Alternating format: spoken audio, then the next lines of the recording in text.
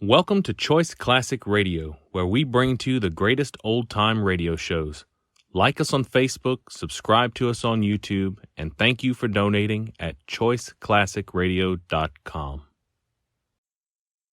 Wonder if prices will ever come down? Fed up with the post-war world? Want to get away from it all? We offer you escape. You are standing at the edge of an enchanted grove, lured by a soft, caressing voice inviting you to destruction. You have nearly sold your soul to an ancient goddess from whom you must escape.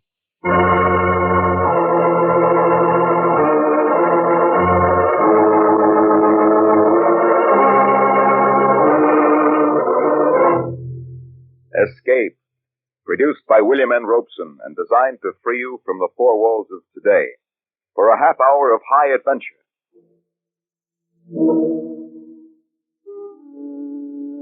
Today we escape to the African veldt and an enchanted shrine of great antiquity, as John Buchan told it in his weird story, The Grove of Ashtaroff.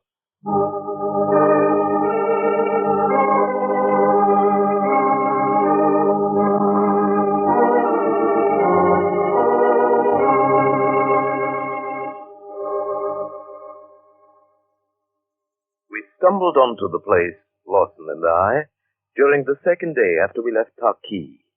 We'd travel on horseback some 40 miles or so through typical African veldt, lush and green, with plenty of game and good hunting. It was late afternoon when we topped a rise and saw before us a small plateau of such beauty that we both reined in and sat staring at it, not speaking for some moments. A tiny, sparkling stream wandered through the verdant meadow grasses, and at the edge of the plateau tumbled in a crystal waterfall down to the plain below. Graceful clumps of strange trees grew here and there, and bushes blazed in a riot of bloom. I'd seen nothing remotely like it in all the miles we'd come. It stood alone, proud and lovely, an alien island in a sea of tropic jungle. Great heavens, John, in your whole life have you ever seen anything like it? If some artist had designed that plateau, placed every tree and bush by hand, it couldn't be any more perfect. It's almost weird, isn't it? Yes. It shouldn't be here. It doesn't belong. But there isn't a plant growing over there that's like any we've seen in the rest of the jungle. Probably a difference in minerals in the soil, something of that kind. It's more than that. They're not even the same varieties. It's true. That one grove standing alone there near the edge, I've never seen trees that slender and fragile. And the bark, it looks like silver velvet. Silver velvet. That's quite an idea, John.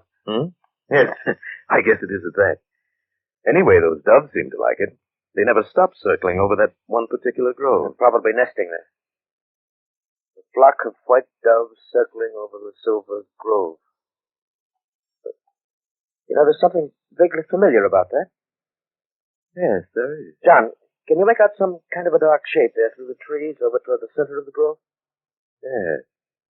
Yes. Come on, let's ride over and take a look. No. Not now. Huh? Why? I mean, you'll have plenty of chance to see it later. What are you trying to say? John, I'm going to build a home here. A home? Out here in the middle of the jungle, miles from... I'll build a road in from Taki. I've got money enough, and no one but me to spend it. I've always wanted to live in Africa. Always, Lawson? Or for the last 5 minutes? It doesn't matter. Somehow, even though I'd never seen it, I've dreamed of this spot all my life. I've got to live here.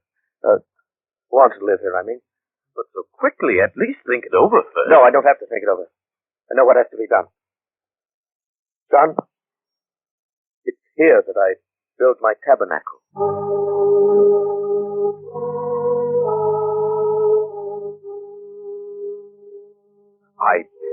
I couldn't understand Lawson giving in to this sudden, foolish impulse. It wasn't like him. But there was nothing I could do. I left him at Taki the next day and returned to the matter-of-fact world of business in London. And it was 3 years before I saw him again. 3 years before I returned to Africa to find that he'd built a manor house in the jungle and equipped it with all the conveniences of the English countryside, of which not the least was Travers, his butler. May I be so bold as to say it, Mr. Buchan? It's very good to see you again, sir. You bring a breath of old London out of this heathen foreign country. Well, thank you, Travers. It's good to see you again. This is some different from the old granite front on Grosvenor Square, isn't it? Indeed it is, sir. A great many things are different. Yes. Mr. Lawson's turned this jungle clearing into a paradise on earth. If you'll pardon me, sir, I think paradise is not quite the word. Hmm? Oh, well... Perhaps I'd better tell the master you've arrived, Mr. Buchan. He's been lying down. Oh, not ill, I hope. I'll tell him you're here, sir. Travers left the room and I waited alone, wondering at the strangeness of his manner. I had finally decided it must be induced by homesickness. I looked about me, as impressed by the austere magnificence of the library as I'd been by the grounds outside. There was an imposing mantelpiece of ebony at one end, and on it was placed an object elegantly fashioned of alabaster in the form of a half-moon. It was curiously carved with signs of the zodiac. There was something compelling, almost unearthly about it. Fascinated, I reached out my hand. I should not touch that if I were you. Huh? Oh, Lawson! I didn't hear you come in. How are you, John? Oh, fine, Lawson. Couldn't be better. You? So we sit down? Why, yes. Thank you. Wonderful seeing you again, old man. Been wanting to get down here for the last 3 years, but you know how it is in London. Time gets away from you, and the first thing you know... Yes, of course. Yes. Cigar? No, thank you. Not now. When I finally did get the chance, I couldn't even wait for an answer from you. I sent a wire and then followed it right on down. Yes, surprised me a bit. Haven't had a visitor here for the last 2 years. Oh? Well, then that explains why Travers talked the way he did. I thought it must be... What do you mean Travers talked the way he did? What did he say? Lawson, what's wrong with you? He didn't say anything. Well, he'd better not. I'm afraid I... Forget it.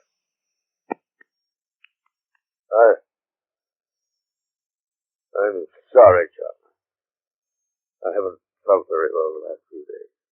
Well, that explains it. I say, at least you seem to be eating all right. You're actually getting a bit plump. Actually, I'm fat.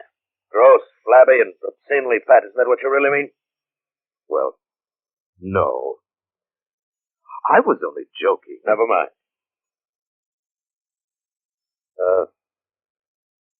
What do you think of the place, John? Place? Why, it's amazing. It's beautiful. No one could ever believe it without seeing it. I doubt if there's another place like it anywhere in the world. You're right about that. There isn't another place like it. Anywhere in the world. Oh, that reminds me. I noticed you left the grove as it was without bothering it. Tell me, did you ever find out what it was we saw that afternoon? Yes.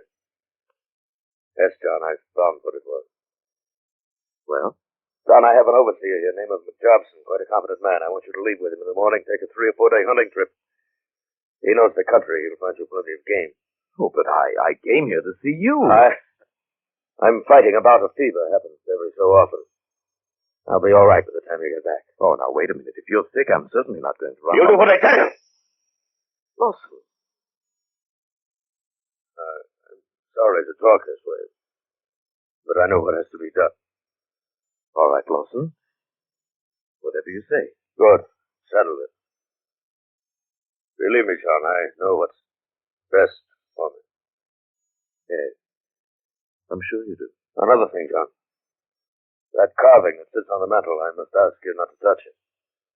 Quite old, rare. I should not like anything to happen to it.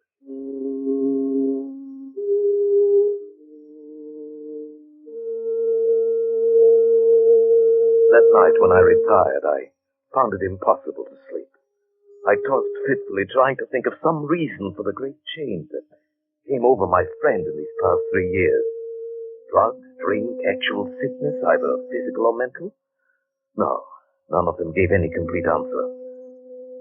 My windows looked out across to the turf, and I saw the grove of strange trees. It was bathed now in the moonlight by a soft silvery haze. Even now, in the middle of the night, the flock of doves circled in the air above it, gleaming white from wing and breast as they wheeled in the shafts of moonlight. I dozed off finally, to wake up suddenly in that brief hour before the first light of dawn. I happened to glance from the window, and in the fading moonglow saw a figure approaching the house.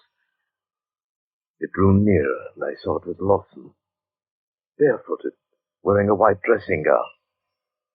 Shortly I heard his weary steps pass my door, and afterward the house was silent. I lay there wide awake. Lawson had been coming from the direction of the grove.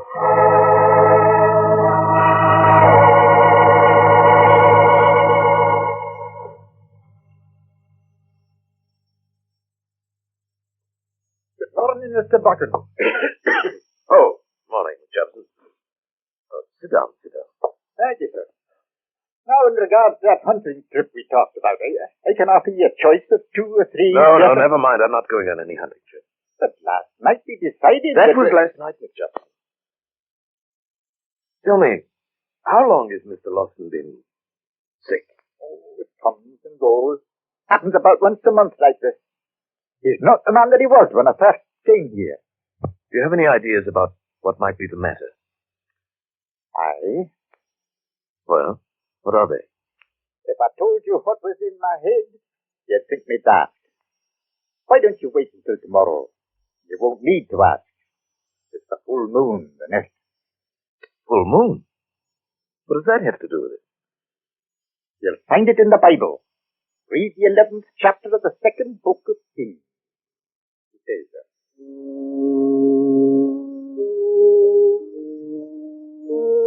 I found the Bible in the library and thumbed it open to the passage he'd mentioned.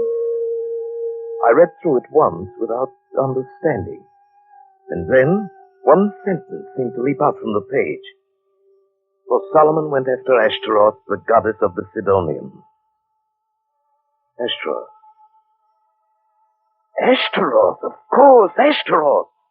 Goddess of the ancient East, whose strange rituals held a dark fascination for the children of Israel, over and over luring them away from their fierce prophets to worship at her shrines. The white doves of Ashtaroff circling the shrine of her silver grove. Why, then the grove at the end of the turf must hide a lost shrine dedicated to her worship. But what of Lawson? Did his blood carry one fraction from old Israel with the same ancient weakness to hear and answer the call of the goddess? Did he become an acolyte of Ashtaroth? What weird rites did he perform in the grove at night? And then I remembered tonight. The worship of Ashtaroth had always reached its climax on the night of the full moon.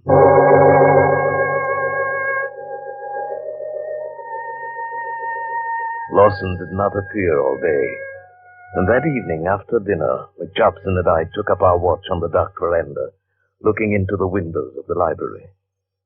We'd been there at least an hour. Look. Mr. Lawson just came into the library. I see. Hey, what's he after? I suppose he wants the little figure on the mantel. We watched him take the carved half moon of alabaster and slip it into the pocket of the robe he was wearing. Then he turned and left the room. In a moment he came out the front door and walked off across the turf in the moonlight. We just give him a bit of a start and then follow him. No, he'd see us for sure in that moonlight. I do not think so. He'd not look back now, sir, if there were 10 of us following. But Jobson, what is it all about? You've read the book? Yes. Yes, it's the ancient goddess Ashtaroth. But what is the ceremony? What does he do? And what is it that made him the way he is? The ceremony you'll be seeing, Mr. Buchan. As to what has made him like he is, he does an evil thing. And all the while he knows it to be evil. He cannot help himself, and he knows that too. Yes. I think I see what you mean. We'd best be going now. He's gone into the grove.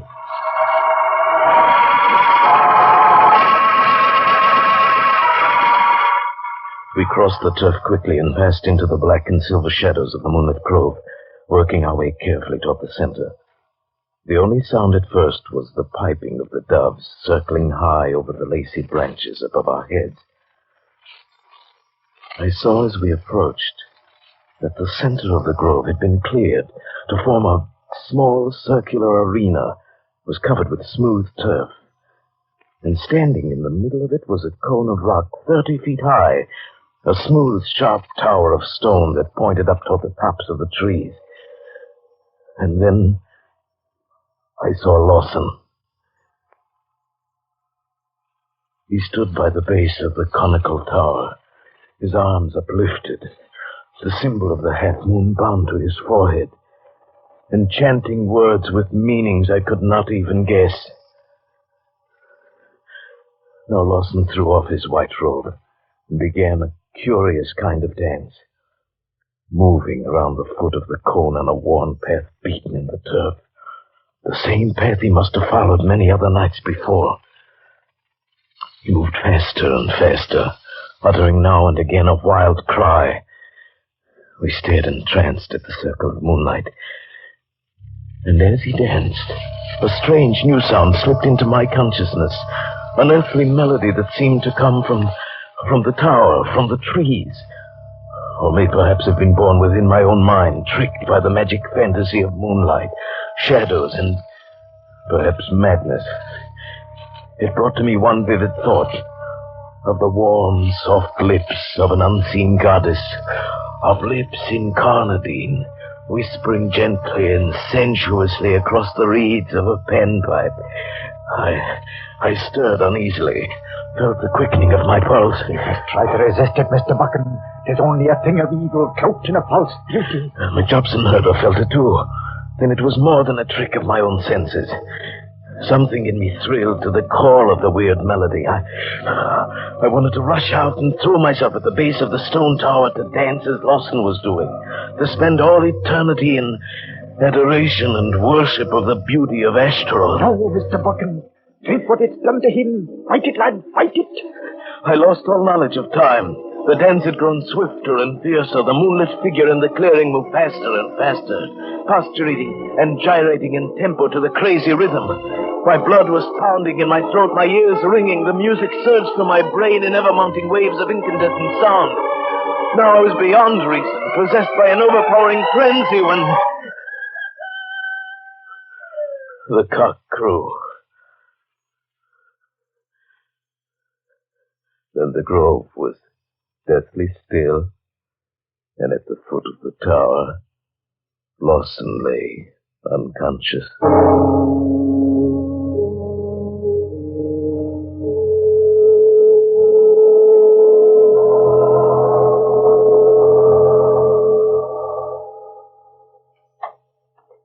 How is it, Mr. Buchan? He's lost a lot of blood, but I think he'll be all right. Good. It was a near thing. Trevor's got a couple of sleeping tablets into him. He'll not be waking up before tonight, at least. McJobson, I suppose you know what we have to do. I'm well aware of what should be done, sir, but I've no idea how to do it. I think I do. I shall take full responsibility, but I'll need men, all we can get. The natives will no go near the place, but there's some 30 white men on the tobacco farm a few miles back on the bush. But they want a high wage. I'll pay it, just get them. Would you mind telling me what you're proposing to do, sir? Yes. Something that may sound as mad as Lawson himself. I'm going to deal with that grove the same way King Josiah did. It comes back to me vaguely. Yeah. Here it is. And the high places that were before Jerusalem, which Solomon the king of Israel had builded for Ashtaroff, the abomination of the Sidonians, did the king defile. And he brake in pieces the images and cut down the groves. Both the altar and the high place he brake down, and burned the high place, and stamped it small to powder, and burned the grove. Aye, 'tis the word of God. I need dynamite, but I have plenty of it down at the workshop. I'll go after the men first. We should be ready to start by 9 o'clock this morning.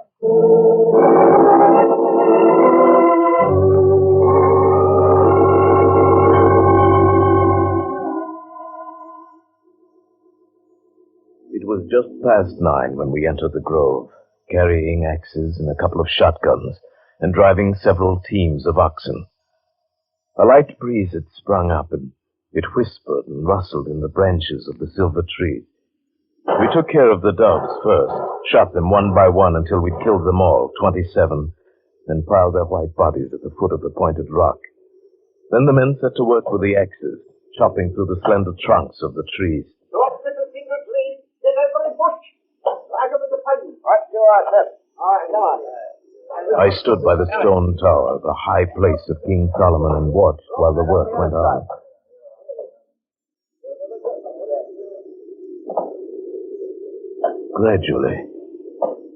Gradually born perhaps in the sighing wind, a strange fancy crept into my mind. Oh, no. Please don't. Please, no.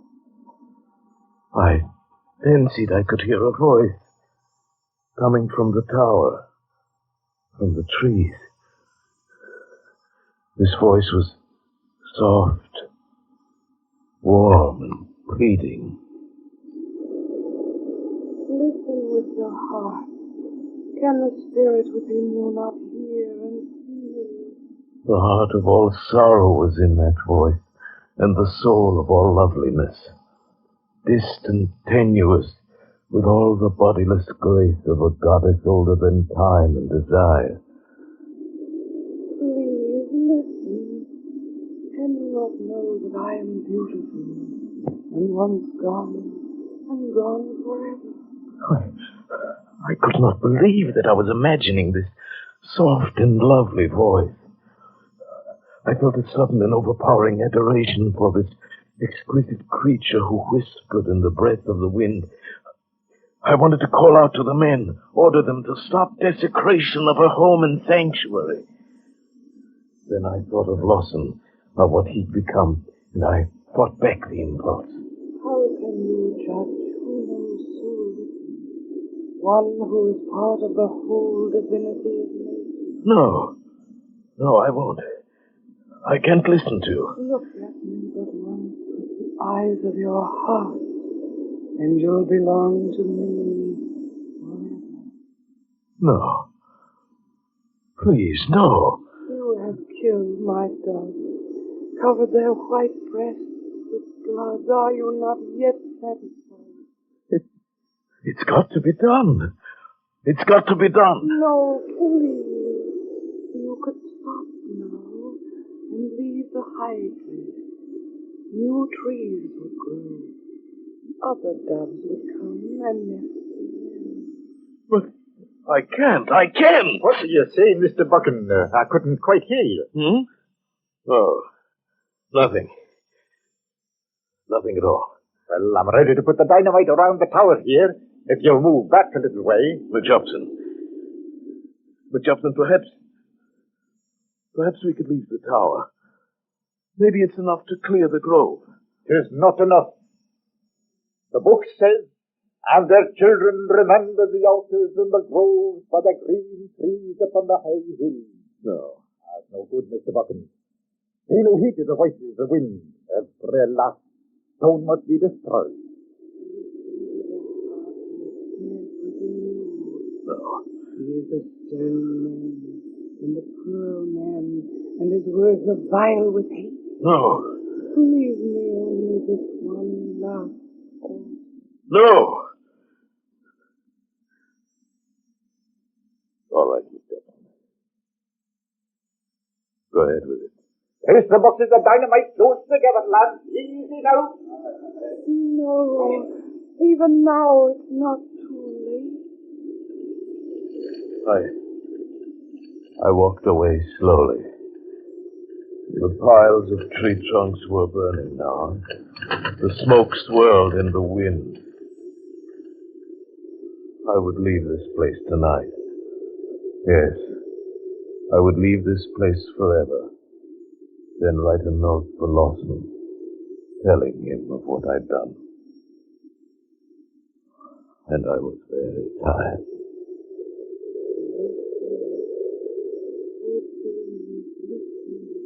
While there's yet time. The thing once done can never be undone. And once gone, I can never return.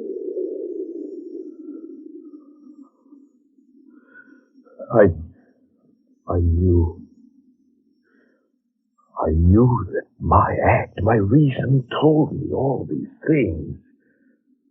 I knew that this act that I'd committed had saved Lawson. Had saved his life and perhaps his reason. And yet I wondered if perhaps in so doing I was not driving from its very last refuge on earth. Something that was so rare and lovely. If perhaps I was not destroying a very beautiful thing.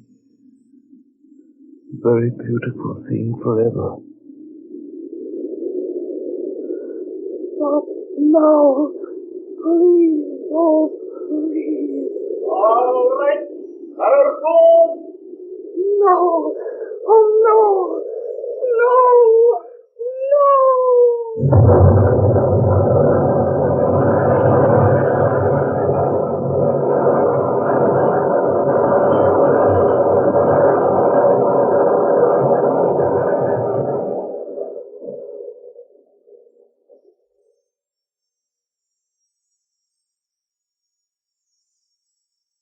Silence. Nothing but silence. And I heard the sweet voice no more. And my face was wet with tears.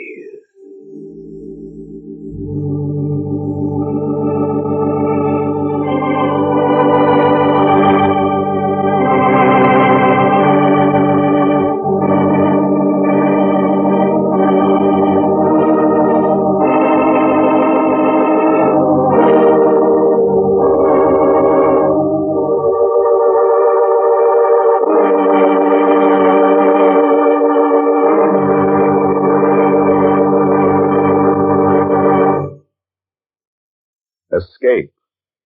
Produced by William N. Robeson, directed by Norman MacDonald. Today brought you The Grove of Ashtaroff by John Buchan. Adapted for radio by Les Crutchfield. With Paul Frees as Buchan, Bill Conrad as Lawson, Kay Brinker as Ashtaroff, Raymond Lawrence as McJobson, and Eric Snowden as Travers. Music was conceived by Cy Fewer, with Eddie Dunstetter at the console. Next week. When you're tired from working all week, when the weekend offers little diversion, next week at this time, when your problems seem just too much for you, we offer you Escape.